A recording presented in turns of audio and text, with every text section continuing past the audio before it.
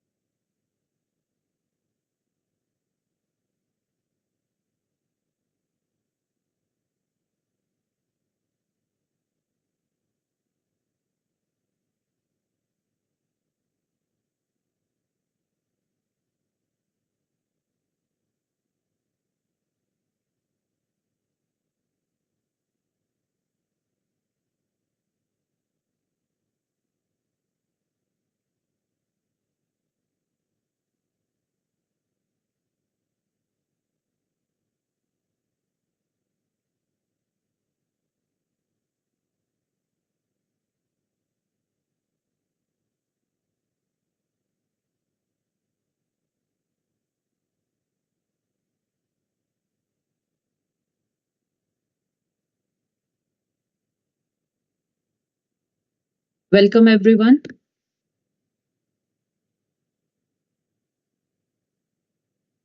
Welcome to our webinar 2, today's Biosphere Reserve Champions, webinar 2. This session is being recorded for educational and awareness purposes, with schools from across the country joining us online. A very warm welcome to everyone joining us once again for day 2 of the Biosphere Reserve Champions webinar series. I am Akanksha, your host for today, and I am delighted to have you with us as we continue this enriching and inspiring journey together. Many of you may already be familiar with the BRC series from yesterday's session, but for those who are joining us for the first time today, let's quickly go over what this program is all about. For those of you hearing this for the second time, think of it as a revision. Let's go over it once more, just in case anyone missed it. The Biosphere Reserve Champion is a school program for students of standard 6 to 12 that builds scientific understanding of climate change, biodiversity, and sustainability. Students will explore real world environmental challenges, raise community awareness, and propose creative solutions aligned with the SDGs.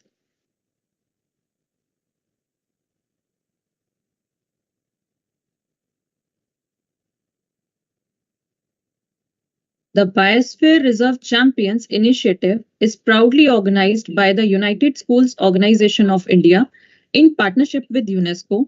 This joint effort aims to equip students with knowledge, awareness, and a deep sense of responsibility for biodiversity, conservation, and sustainable development.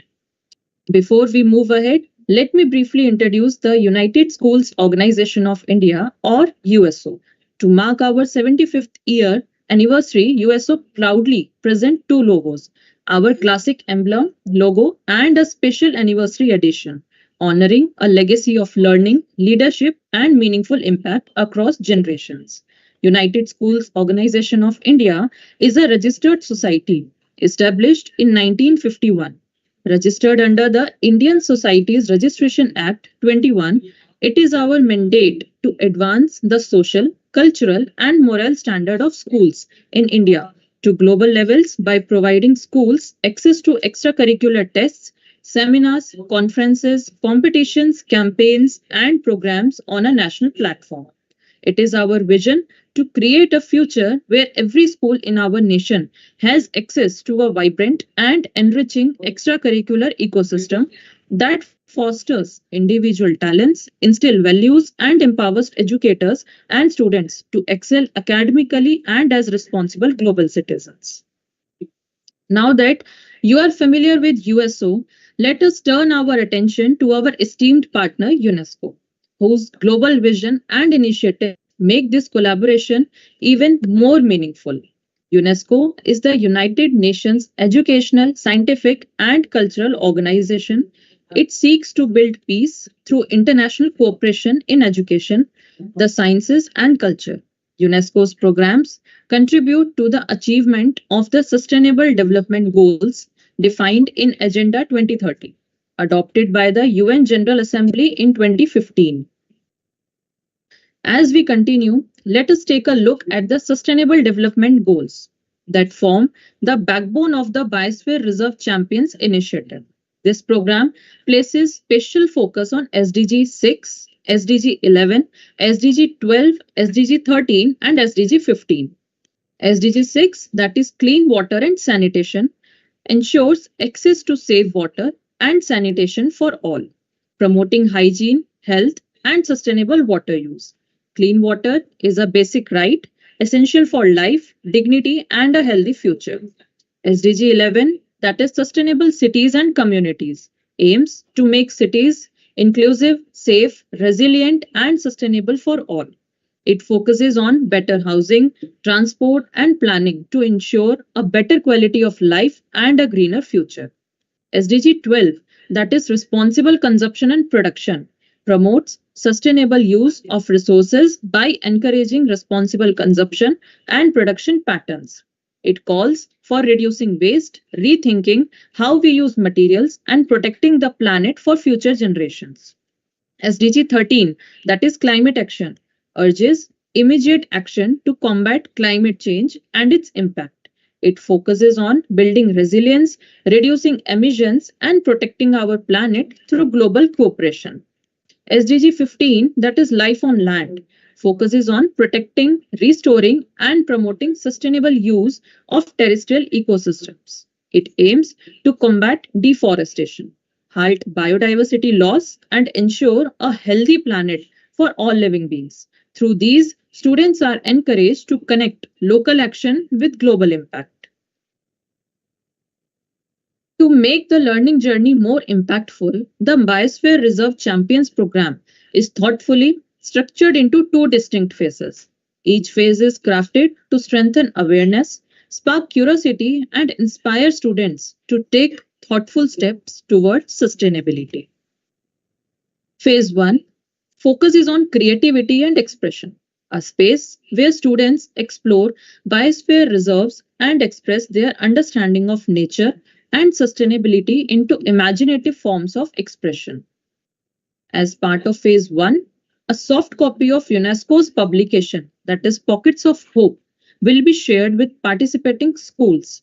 This inspiring booklet can be used for classroom discussions to spark ideas and help students connect with real stories of environmental hope and action. We will share this after webinar 3.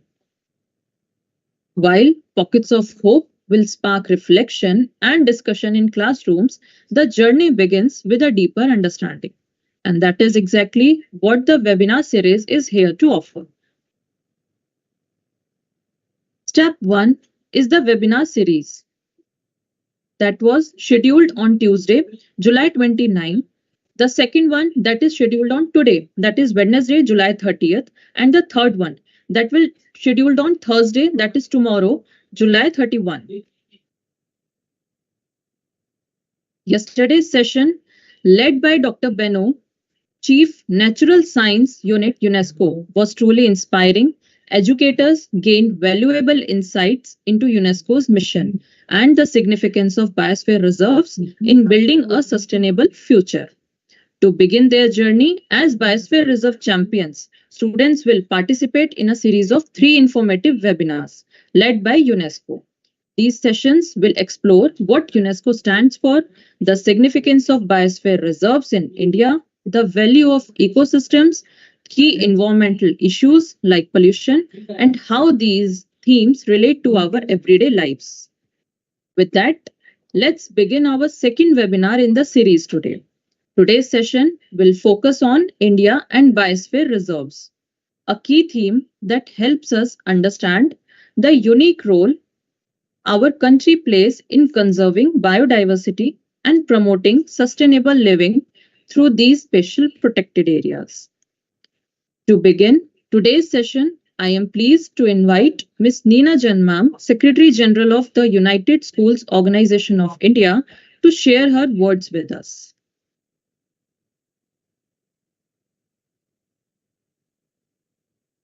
Good afternoon, everyone. Thank you so much, Akanksha ma'am. And if we can just go to the next slide, I'm sure that the teachers and the students are all just back home from school. So welcome back home. And today's webinar is a little special and different, and I will tell you why to both in a minute. So our topic for today is actually India and Biosphere Reserve.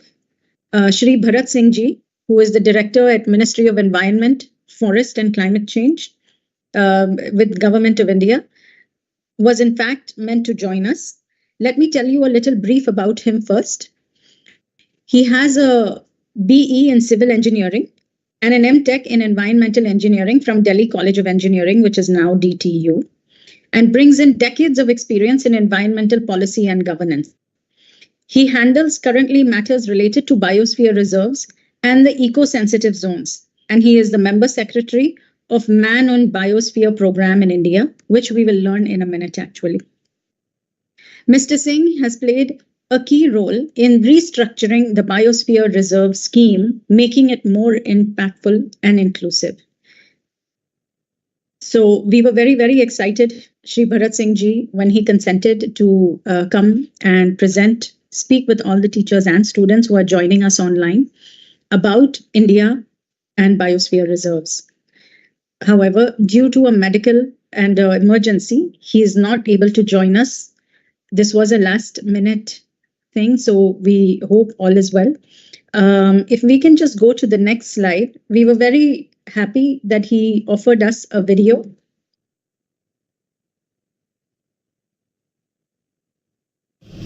Good evening, everybody. I apologize for not being able to be present with you today, despite having promised Neha that I would be present.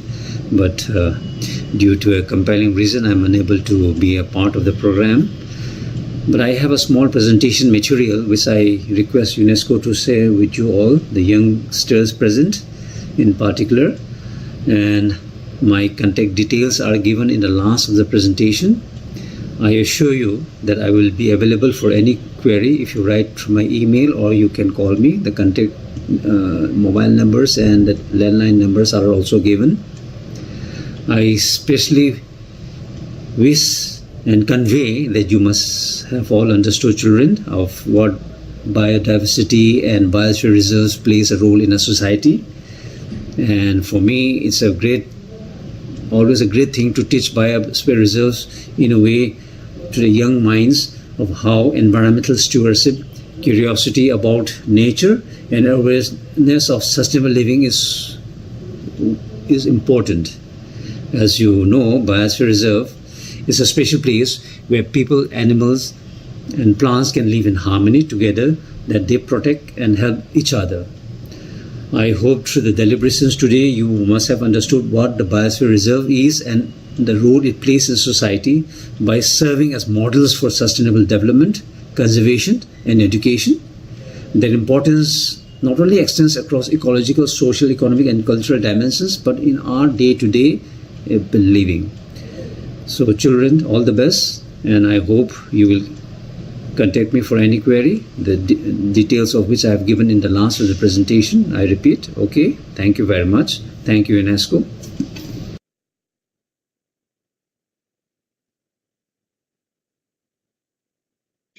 So as you all just heard the message from Bharat Singh ji, he has shared a presentation with us, and I will do my best to go through the presentation with all of you. It is a very easy to understand presentation.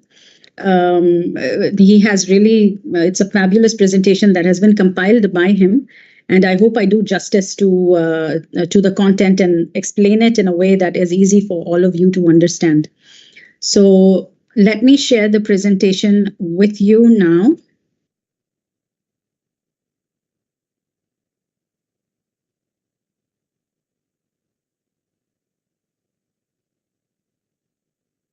Sorry, just one moment.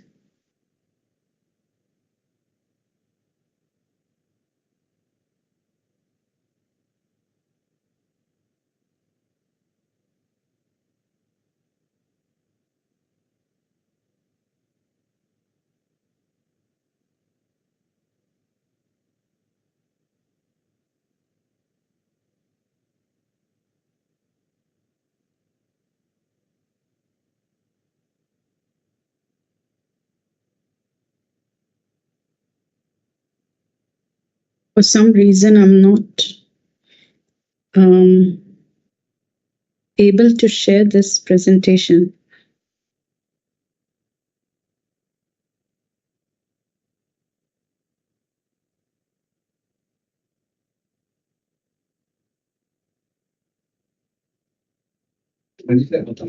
Ma'am, do you need any help? Yes, I think so. Can I send this to you, and Yes. if you could kindly... Yes, ma'am. Can we try to present this on the screen?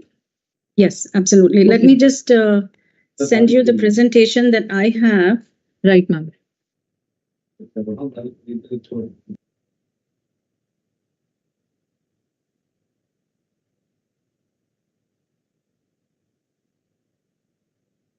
Sorry about that. I thought I had it all panned out, but for some reason it's saying that I'm not able to share it. I'm going to try just one more time. Yeah, no, I'm not able to. All right, so while they're loading the presentation, let me just go through a few basic points with all of you who are joining us online. So in order to understand about biosphere reserves, it's very important to understand about MAB, which you will see frequently in all the slides or in a lot of the slides. MAB stands for Man and Biosphere Programme. So essentially, Biosphere Reserves is a term that has been set up by UNESCO, and we will go through it in the presentation of what exactly it is. But how does a country have these biosphere reserves? Or why does some countries have more and some countries have less, as we heard from Dr. Benu yesterday? So in essence, in order for any country to set up or have these biosphere reserves, step one is to identify the locations that these could be potential biosphere reserves. And once that's done, what they actually need to do is to set up MAB, which is the Man and Biosphere Committee. That is the first step. It's once they have that committee set up that they can go ahead and get into the next step of having these biosphere reserves identified. And of course, just because a country has identified some biosphere reserves does not mean that they are designated by UNESCO as biosphere reserves. In that case, there has to be some criteria which needs to be followed, and the country needs to meet those criteria in order for UNESCO to designate any location as a biosphere reserve. All right. So I am unsure if Akanksha ma'am and the rest of the team has been able to get the presentation and Yes, ma'am, we are on it. We are trying to do it in 2 minutes, ma'am. sure. So thanks to everyone who's joining us and is patient, and apologize for this.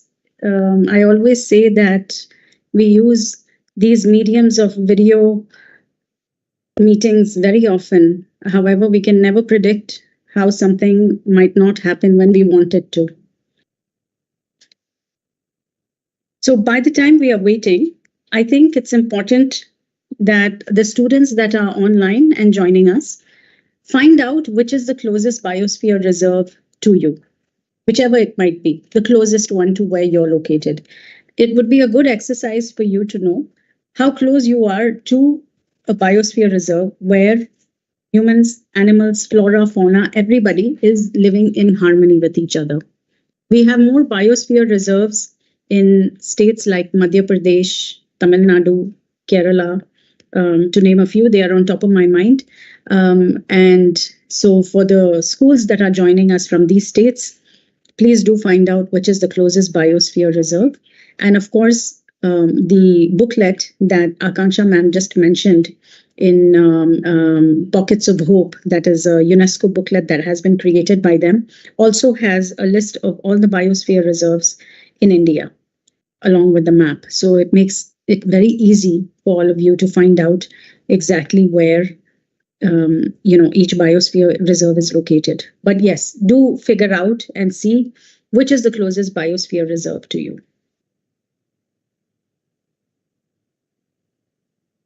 Akanksha ma'am, are you having challenges playing the PowerPoint presentation? Yes, ma'am, actually we are having. So we are just figuring out what to do.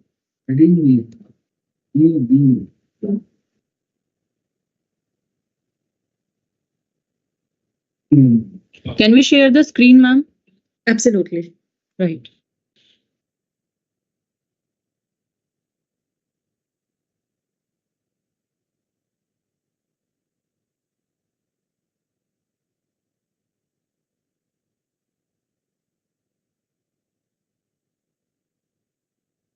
Perfect. Yeah, if you can just play the slideshow, or otherwise it's fine. Akanksha ma'am, you can just leave it as it is. Can we go to the next slide? So just so that you all know, Bharat Singh ji is the member secretary of the Indian Man and Biosphere Programme. And Man and Biosphere Programme comes under the Ministry of Environment, Forest and Climate Change, which is of course under the Government of India. So now let's start the wonderful presentation that Bharat Singh ji has put together. I'm just going to go through it with you. And a heads up to all the teachers and students, please bear with me.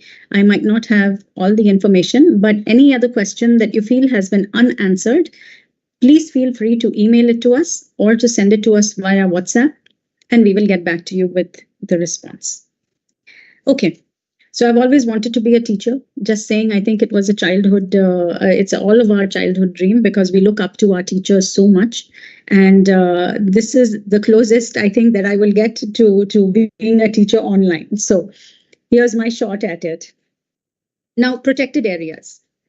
Now, you must be wondering about biosphere reserves. There are these national parks, there are wildlife sanctuaries. What exactly are these? So they all fall under the umbrella of what are called protected areas. National parks, wildlife sanctuaries, you've heard of all of them. These are all areas that are earmarked, or they are designated for the conservation of wildlife, biodiversity, and the natural habitats. These are various categories, which we will see in the next slide. You will come to know what those categories are. And they are governed by some act or law, because you cannot just designate any site as a protected area. They need to have some sort of act. So there are 3 such acts, which we will see in a minute, but primarily They are all governed by the Wildlife Protection Act of 1972. The Wildlife Protection Act is administered by our ministry, which is the Ministry of Environment, Forest and Climate Change, and the state governments also help us in ensuring that the act is maintained and followed. Can we have the next slide, please? So what are the acts? We saw the Wildlife Protection Act. There are two other acts, which is the Forest Conservation Act of 1980 and the Environment Protection Act of 1986. So as we saw in the previous slide, to have an area designated as a protected area, Wildlife Protection Act of 1972 is the key act. What does it entail? It says that number one, wildlife should be protected, which is the core purpose of all these protected areas. Wildlife needs to be protected. Wildlife also, of course, includes the flora and the fauna and the ecosystem of that area. It also, under this act, we can also establish areas like the national parks, the wildlife sanctuaries, and the biosphere reserves. So you must have heard about certain areas of the forest where you cannot go hunting. Why? Because the species is endangered. There might be dwindling in numbers, and we need to regulate them or we need to preserve them. Hence, it's very important for us to identify and protect areas, and that's where the Wildlife Protection Act of 1972 comes into play. Now, there's also a Forest Conservation Act. You know that the forest has a lot of, I hope you're saying trees, or at least thinking trees. So since there are so many trees, but we have cut down several trees in order to make space for us or room for us, and that is not conducive for protected areas. So there is a Forest Conservation Act of 1980. What it does is it regulates deforestation. It's not that we cannot fell down trees. Mostly we cannot cut any trees. However, in extreme circumstances, or maybe there is a situation that warrants for us to cut a tree, it needs to be relocated. I'm sure that as part of school activities, there is a tree plantation drive that is normally done by schools.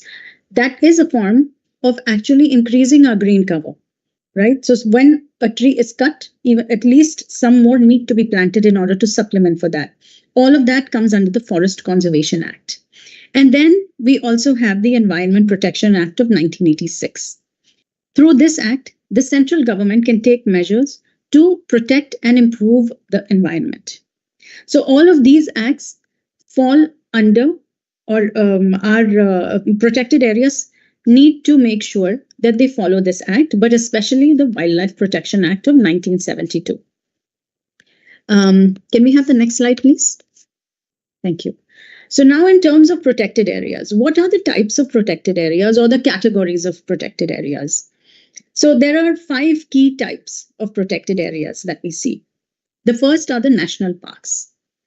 You must have heard of the Jim Corbett Park, which is in Uttarakhand, or the Kaziranga National Park, which is in Assam. Ranthambore is another one. There are other national parks as well.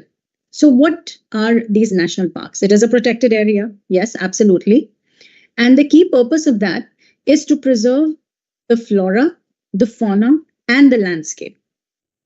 We don't allow any human activity on these national parks, and there are 106 such national parks in India.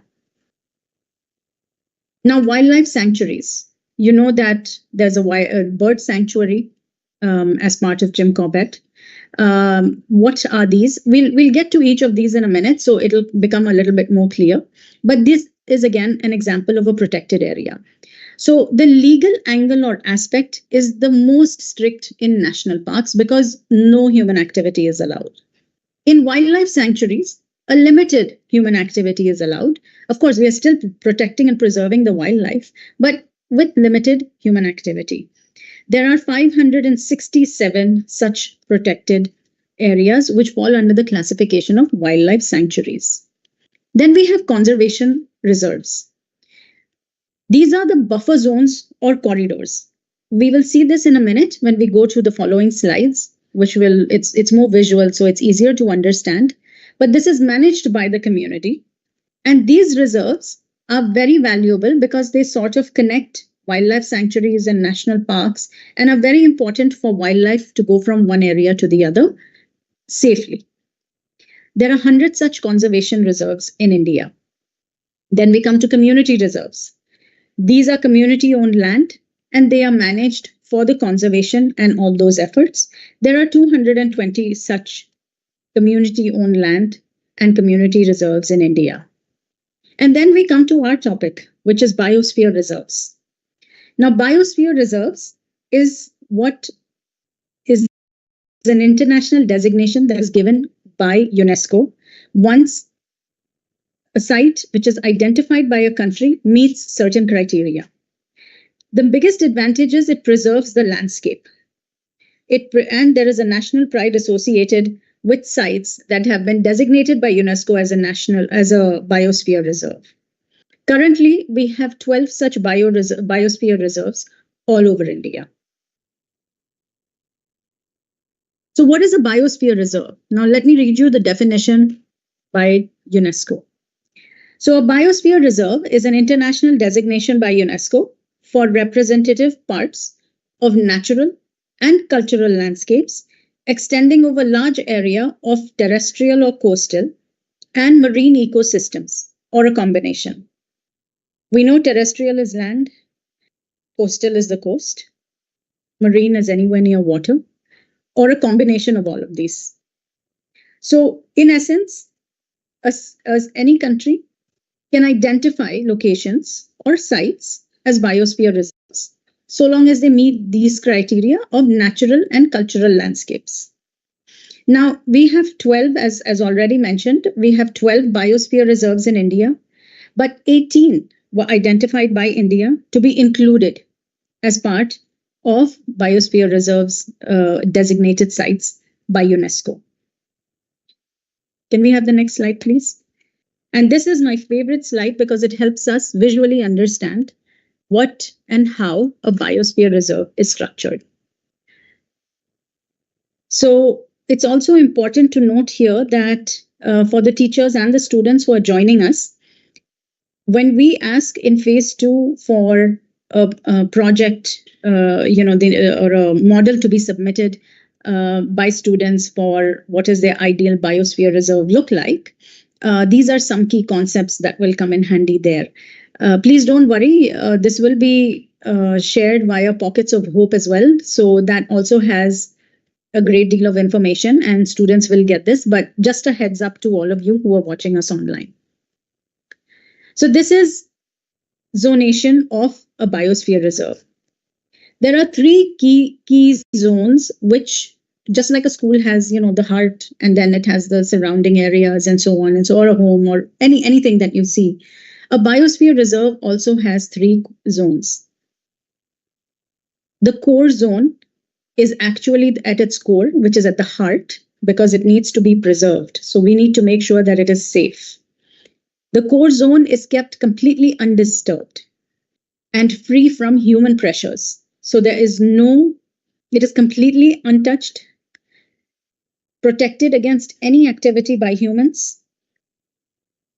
And it is based on, and this is the most stringent, by the way, and it's based on certain criteria that a site can be identified as a biosphere reserve, and the core zone is one key aspect of that.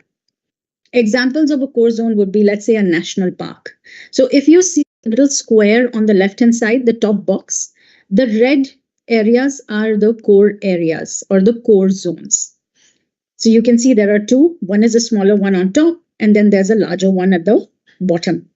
Now, in these core zones, if you can see, there is no human settlement. You see the orange houses. There aren't any orange houses in the core zone. What happens in the core zone? Only monitoring and research. So research takes place and monitoring of the flora, the fauna, the ecosystem, the biodiversity in that area. Now, then we go on and move to the buffer zone. The buffer zone is like an area that surrounds the core zone. And this is mainly for research, for a little bit of tourism, for education, training, and for other activities that protect the core zone. Now, activities that can occur here need to be environmentally friendly. So, for instance, agriculture is a practice or an activity that can take place here. Livestock, that is another such activity. A wildlife sanctuary is an example of a buffer zone. So, although it is around the core area, again, limited in terms of human involvement, but any activity that is conducted needs to be environmentally friendly. So if you see the photograph or the square on the left hand side, you can see some human settlements can be in the buffer zone, as you see there already. And the things that are carried on there are, if you look at the legend, which is at the box at the bottom, there is tourism and recreation takes place. That's the T that you see, the first T on top. And then you see an R. The R is research station and experimental research site. And then you see a E, which is education and training. So the green area that you see is actually the buffer zone, which surrounds the core zone. And then finally, we come to the transition zone. What happens in the transition zone? If you see in the diagram on the left-hand side, it's the area outside the buffer zone. So that is the area which is with the lines, white, gray lines. It's white, everything outside the green area. And what does that have? That has research, tourism, and some other economic characteristics of the region.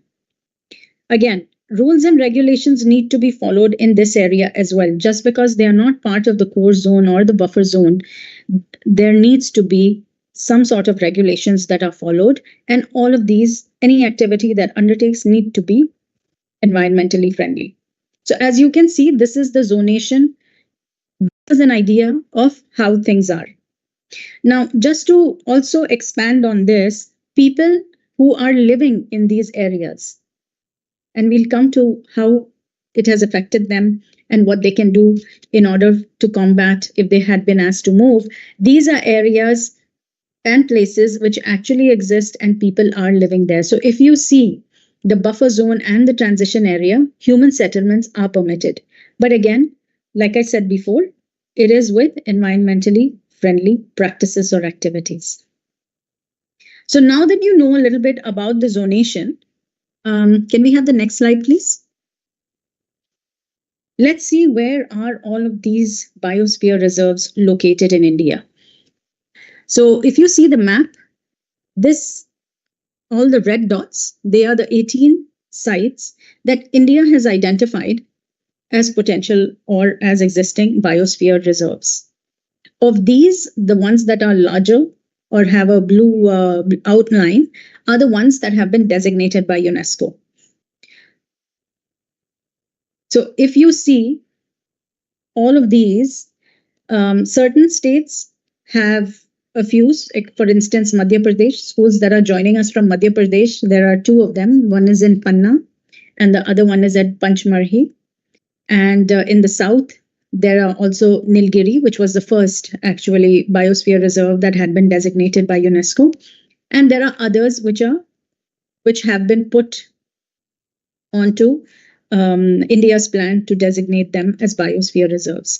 Now, you must be wondering that if India has submitted or has identified 18 sites, why is it that only 12 have been designated by UNESCO? Why not the other 6? Or why not more, right? Because India is very diverse and has lots of areas which have been identified having unique ecosystems and so on and so forth. So basically, for any site that has been identified by India as a potential for a biosphere reserve, there need to be certain criteria that need to be fulfilled so that UNESCO can actually designate that site as a biosphere reserve and bring it to the international platform.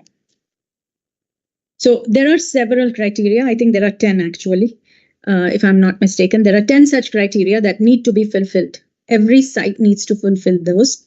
I will share as an example 3 for you, just for your personal knowledge. The first one is the legal framework. any site that is designated or identified by a country needs to have the legal framework. So I hope you all recall the legal framework slide that we went ahead with. That needs to be strictly followed. The other criteria is that the management plan needs to be submitted for 10 years. So for any site, a concrete plan for the next 10 years needs to be put in place. And the third criteria is that the activities conducted in the area need to all be environmentally friendly. These are some of the criteria that I'm speaking of. There are, like I said, 10 such criteria, of which I'm just mentioning 3. So as a result of those, perhaps the other 6 sites that have been identified by India do not meet those criteria and hence have not been designated yet. They might be working towards it or as the case may be. So currently, these are the 12 locations where UNESCO has designated these spots. Now let's see where they are located. Can we have the next slide, please? So the first site, which was designated by UNESCO as a biosphere reserve, was Nilgiri. And this is part in states of Tamil Nadu, Kerala, and Karnataka. The first site, and that too in 1986, it was designated. These are the list of the others. The names, all 3 names on this slide have been designated by UNESCO as biosphere reserves. And as you can see, the Gulf of Mannar, it's in the coastal area. Again, if you recall, we had seen in the earlier slides that a biosphere reserve can be coastal, it can be on land, it can be on the water, and so on. That is one of the longest or the largest in terms of area at 10,500 kilometer squares. That's at the Gulf of Mannar in Tamil Nadu. As you can see, these are the others. Numbers 4 and 5, they are again the biosphere reserves which have been designated by UNESCO. Number 6, which is Manas in Assam, that has not been designated by UNESCO, but it has been identified by India. That's why it's in a different color. All of you who are close to any of these locations, again, imploring you to please go and visit if you are able to. It would be a wonderful experience. And do send us and share the photographs and tag us because we would love to see it through your eyes. Can we have the next slide, please? Thank you. So numbers 7, 8, and 10, they are also been designated by UNESCO. Number 8, which is Dihang Dibang in Arunachal Pradesh, is a site that has been identified by India, but not yet been designated by UNESCO as a biosphere reserve. Can we have the next slide, please? Again, numbers 11 and 12. So Great Run of Kutch, which is in Gujarat, is in fact the largest in terms of kilometer squares, in terms of the area, at 12,454. Before that, the one that we saw, which was the Gulf of Mannar, that has been designated. This is not. So in terms of designated UNESCO biosphere reserves, that is the largest. Can we have the next slide, please? And this is the last list of the biosphere reserves. Again, numbers 16 and 17 have yet to be designated, but they have been identified by India as potential biosphere reserve spots. So let's go through the initiatives that were taken by the ministry and the Ministry of Environment, Forest and Climate Change. So essentially in 1979, 13 potential sites were identified as locations or sites by the Indian National Man and Biosphere Committee. And in 1983, the Committee of Secretaries approved the establishment of biosphere reserves in India because they wanted to conserve critical ecosystems around the country. It was in 1986 that the Man and Biosphere Programme, again we see MAB, the Man and Biosphere Programme in India was launched in 1986. And that same year, Nilgiri was designated as the first biosphere reserve from India, right? And to date, as I mentioned earlier, and I hope you remember these numbers yet, 18 biosphere reserves have been identified, by India, of which 12 have been designated by UNESCO as biosphere reserves. Now, you must be seeing in the last point that there's another number 8, which is confusing. So let me tell you very briefly about it. I'm sure you must have studied all of this in your various classes and courses in social studies, which was one of my favorite subjects. But the number 8 relates to biogeographical zones in India. So India it has been broken down rather into or divided into 8 biogeographical zones. These biogeographical zones is based on its soil, water, the landscape, the forest, and many other such criteria. So to date, the 18 biosphere reserves that India has identified, it is existing in all the 8 biogeographical zones. So all of that, each of that is based on the soil, the water, the landscape, and many other such environmental factors. So that's what the 8 stands for. I hope that clarifies. Can I have the next slide, please? So to have a designated biosphere reserve, or to what does it mean exactly? So this is a question that I had, so I'm hoping that you're thinking around the same lines. But we have a site. India has identified the site, and let's say they formed the Man and Biosphere Programme, and then after that they went ahead and said, okay, this is good, and now that this has been done, what next, right? So in order for any site to be a biosphere reserve, there's a centrally sponsored scheme. What is that scheme? That scheme is a grant that is provided to the states by the central government. Now, if you see the second bullet point, it says grant and aid provided to the states. That is provided by the central government. And there are 2 types of these such grants, or 2 classifications. So the schemes are, one scheme is for the Northeast region and the states that are near the Himalayan range, in which 90% of the funding comes from the central government and 10% comes from the state government. For other states, it's a 60-40 split. 60% comes from the central government and 40% comes from the state government. So these are for the states other than the northeastern states and the states in the Himalayan region. So this is because the central government is extremely vested in ensuring that the biosphere reserves are maintained well. Now, these interventions, the intervention vis-a-vis the involvement from the central government and the involvement from the state government, what are these interventions? These interventions are in order to improve the habitat. I mean, ultimately, that's the aim, that we improve not just the flora, the fauna, but also the area around them. So what does that mean? That means that we might have to rehabilitate some of the landscapes. Maybe there's a water shortage. At that time, an artificial lake needs to be built, or maybe a water body needs to be created in the event of a drought. Sometimes there is fire. So in that situation, the animals need to be relocated or rehabilitated elsewhere. Sometimes what happens is, I don't know if you recall the slide or if it is on top of your mind, if you saw that the core zone, there were 2 core zones, right, inside the buffer zone. So to go from one core zone to go to another core zone, there's a corridor that is built for the safe passage of the animals. This corridor needs to be maintained and well looked after.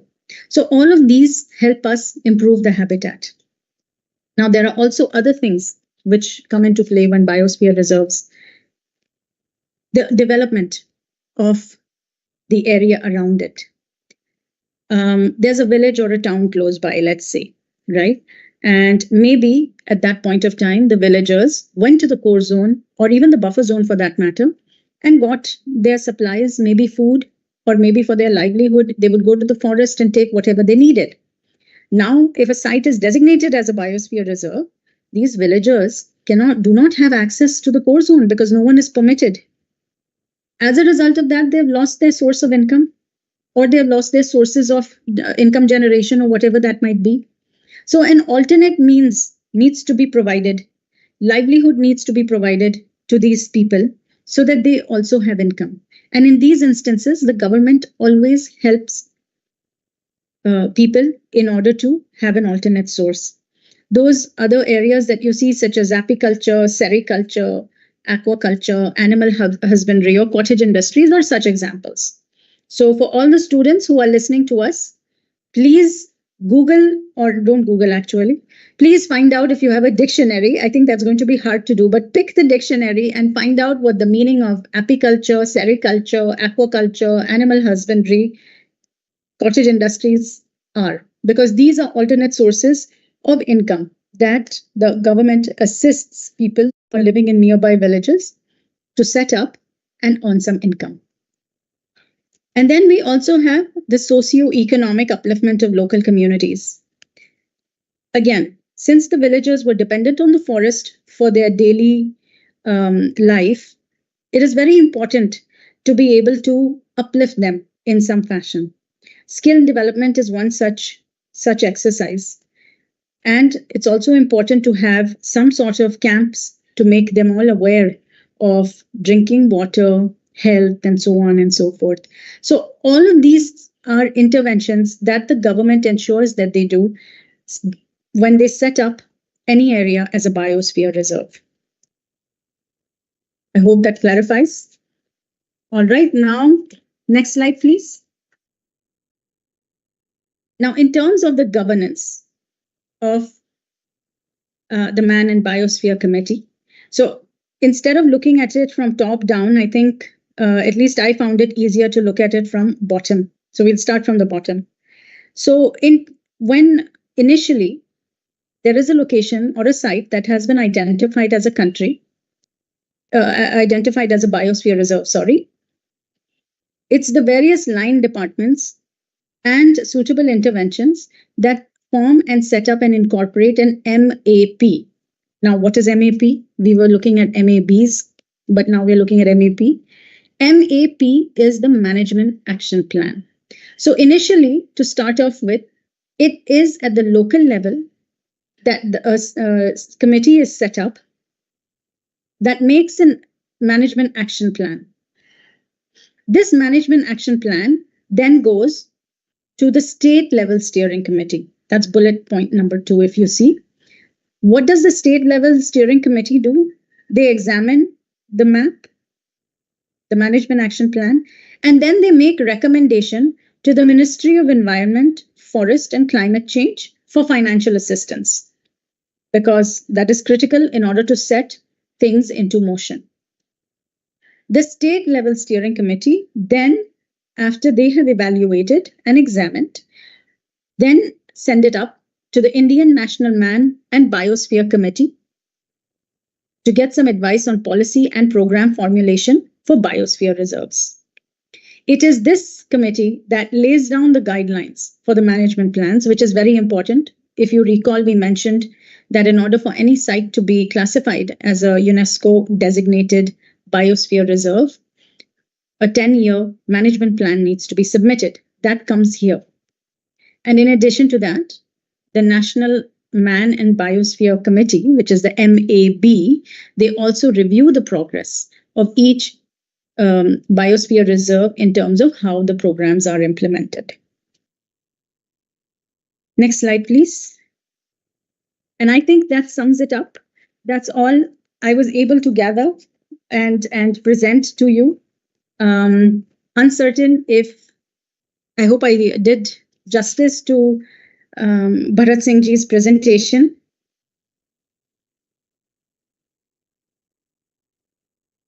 Right, so I have 2 questions I will do my best to answer. And if the answer is not satisfactory, please let us know. We will present that to Bharat Singh ji and UNESCO for their response. So the questions are, what kind of animals are kept in the zone, in the topic zonation? So there are many types of animals. If anybody is near Madhya Pradesh, you would have heard of Panna Tiger Reserve. That is one such. Tigers are kept in the core zone and Panna. Elephants, there are birds, the bird sanctuary. These are all, I mean, it could be animals in general. And the reason why we are doing this is to preserve for a betterment of the environment and to preserve the animals. So these rhinos are another such animals that are kept in the zones. I have another question. What are the criteria to an area becoming a biosphere reserve? So as I mentioned in the presentation, there are 10 such criteria. I mentioned 3 of those because there are quite a few of those. One is that there needs to be a management action plan that needs to be submitted for the next 10 years. That is very, very important aspect as far as that is concerned. The other criteria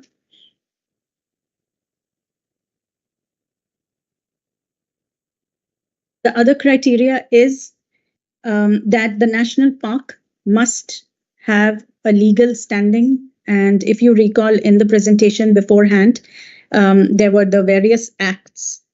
So the Wildlife Act was one such act which needed to be a part of the national park.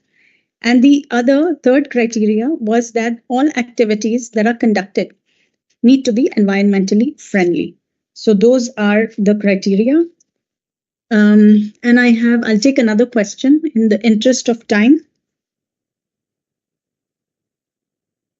So how can a biosphere reserve be in water, as it does not pass a lot of criteria, as it only contains water? So a biosphere reserve is part terrestrial, it can be a combination of all, or it can be as a separate. But even if it is just in water, and I'm again, a biosphere reserve yet to be just in water, there is a combination as well that is allowed. So you also have the land or the strip along the coast. But I'm assuming that there is a lot of wildlife under the water too. They're not just fishes, but there are a lot of other animals that are part of any type of water, any type of a water biosphere reserve. I can find out for you, but I don't know the answer at this point. So I'll take a last question. Difference between national parks and biosphere reserves in the terms of kinds of animals. So a biosphere reserve, we already saw. The national park that you're talking about is part of the biosphere reserve. Biosphere reserve contains a national park. It can contain the wildlife sanctuary. So all of these are parts of the biosphere reserve. Now, in terms of the animals that are there, it depends on the biosphere reserve. So homework for all of you. Typical, if it's an exercise, it needs to have homework too. So homework for all of you who are on the call, please see the biosphere reserve that is the closest to your location and find out what animals there are. So as I mentioned already, if it is in Madhya Pradesh, in Panna, it's the tiger reserve, right? So that is a biosphere reserve. And then if it rhinos in the names are escaping me now, of course, but there is Jim Corbett National Park, and we also have Ranthambore. These are all national parks that have sanctuaries, wildlife sanctuaries. So as I said earlier, homework to all of you, find out the closest biosphere reserve that is closest to your location where you are located and find out what wildlife there exists. Wildlife is not just animals. It also includes flora. Flora are the plants. Fauna are the animals. So that's all from me. And I hope that has got you all thinking towards environment, its preservation, and how important it is for all of us to appreciate what we have around us and what nature has given us. So do take care of the environment around us. It's very important that we preserve it. And On that note, Akanksha ma'am, 2 minutes out, I hand it over to you. Thank you everyone for being patient with me and for listening. And I hope I made it interesting for you. I'm sure Bharat Singh ji would have done a far better job than me in terms of putting this presentation and to voice. But this is the best under the circumstances. So thank you to everyone. And Akanksha ma'am. Ji ma'am. Thank you ma'am for presenting the session so clearly and meaningfully. Your words helped set the tone for today's program and gave everyone a deeper understanding of the purpose and spirit behind this initiative. I also extend a thank you to Mr. Bharat Singh sir for sharing such a valuable and insightful presentation with us. While we truly missed having him live with us today, his work and contributions have added immense value to this session. We are sure our students and teachers found the presentation enriching. Thank you for the valuable presentation, Bharat Singh sir, and to Ms. Neena ma'am for turning it into such a smooth and thoughtful experience. Together, it really brought the session to life. Okay, now, so before we end this session, let us take a quick look at what's coming up next. We hope to see you all again tomorrow at 4 p.m. for webinar 3 on the topic Exploring Biosphere Reserves and Wildlife Conservation by Ms. Brinda Kashyap, UNESCO MAB Young Scientist Fellow. Thank you all for joining us today for day 2 of the BRC webinar. A sincere thank you to everyone who made today's session so special. While our distinguished speaker couldn't join us live, we are grateful for the valuable presentation shared by Mr. Bharat Singh sir and to Ms. Neena Jain ma'am for bringing it to us with such clarity and thoughtfulness. To all the students, teachers and participants, your continued presence and enthusiasm are what make this journey so impactful. Let's carry this momentum forward as we move to the final session tomorrow. We are excited to see you again for more learning, discovery, and reflection as Biosphere Reserve Champions. Thank you all for today's session. Don't forget to share and like and subscribe our channel. Thank you so much all.